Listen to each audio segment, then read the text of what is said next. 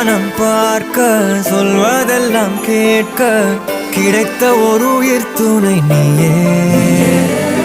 என் சிரிப்பில் பாதி என் துயரில் பாதி பகிர்ந்து நீ அருந்துகிறாயே.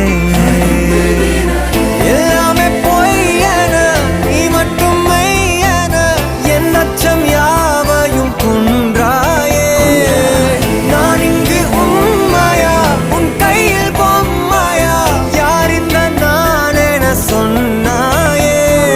செவ்வானம் நானே நீ அவந்திகையே எந்த நண்பியே.